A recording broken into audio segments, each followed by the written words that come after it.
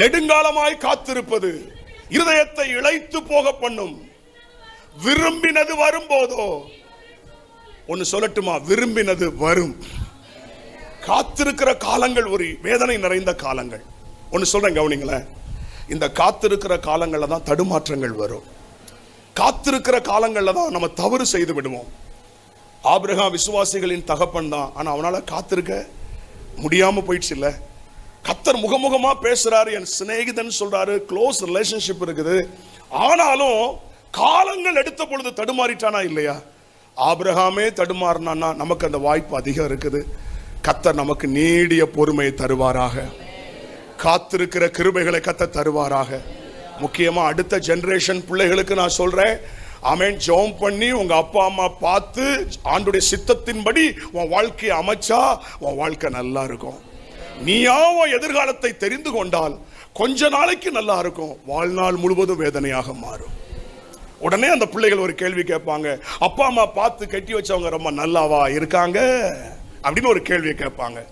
நம்ம பிள்ளைகள்லாம் இப்போ ரொம்ப கேள்வி கேட்க பழகிட்டாங்க.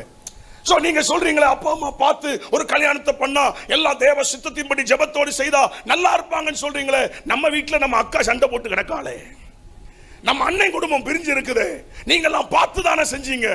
வீட்டுல பிள்ளைகள் என்ன செய்யறாங்க, கேள்வி கேட்கிறாங்க. ஒரு நாள் இந்த கேள்வியை நான் ஆண்டவர்ட்ட வச்சேன்.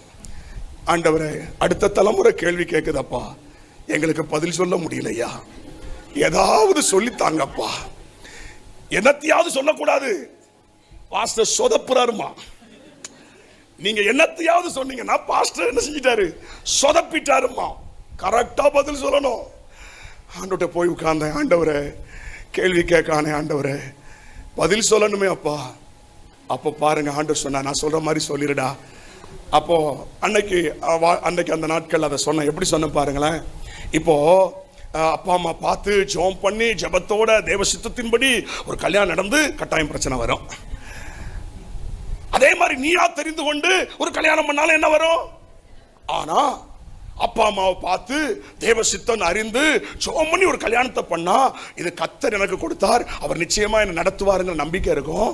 நீயா தெரிந்து கொண்டா பிரச்சனை வந்த உடனே ஐயோ நம்ம அவசரப்பட்டோமோன்னு வாழ்நாள் முழுசும் ஏற்றுவேன். ஒரு ஆமென் சொல்லுங்களேன். இது அந்த குடும்பங்கள்ல இருக்கும். ஆனா போய் பாருன்னாரு. அதுக்கு பிறகு எவனும் அந்த கேள்வியை கேட்கல. எல்லா வீட்லயும் பிரச்சனை இருக்கும். ஆனா தேவ சித்தத்தின்படி இணைக்கப்பட்ட குடும்பங்கள்ல பிரச்சனை வரும்போது ஒரே ஒரு நம்பிக்கை இருக்கும், இது கர்த்தர் அல்லவா நினைச்சாரு, நான் கேட்கலையே, ஆமென், கர்த்தர் அல்லவா தந்தாரு, இந்த வீட்டுக்கு கர்த்தர் அல்லவா கொண்டு போனாரு, என்ன நிச்சயமா பாதுகாப்பாரு, நடத்துவாரு. நீயா தெரிந்து கொண்டிருந்தா ஐயோ நானா தெரிந்து கொண்டேனே, ஐயோ அவசரப்பட்டேனே, கொஞ்சம் பொறுமையா இருந்திருக்கலாமே அப்படிங்கிற எண்ணம் உன்னை வாட்டி வதச்சிக்கிட்டே இருக்கும். புரிஞ்சவங்க மட்டும் ஒரு ஆமென் சொல்லுங்களேன். இன்னைக்கு எங்கேயாவது அப்படி கனெக்ஷன் வச்சிருந்தா இன்னைக்கு அந்த நம்பரை டெலீட் பண்ணிட்டு கதையை முடிச்சிரு. அல்லேலூயா, ஸ்தோத்திரம். அப்படி ஏதாவது இருந்துச்சுன்னா, ஒருவேளை இவன் தான் நமக்கு வாழ்க்கை துணை, இவ தான் நமக்கு வாழ்க்கை துணைன்னு சொல்லி எதையாவது முடிவு பண்ணியிருந்தா இன்னைக்கு ஒரு முற்றுப்புள்ளி வச்சிரு. நீ நினைப்பதற்கும் வேண்டிக் கொள்வதற்கும் அதிகமாய் உன் வாழ்க்கையில கர்த்தர் செய்ய வல்லமை உள்ளவராக இருக்கிறார். ஹல்லேலூயா. காத்திருப்பது கஷ்டம்தான், ஆனா விரும்பினது வரும். ஹல்லேலூயா.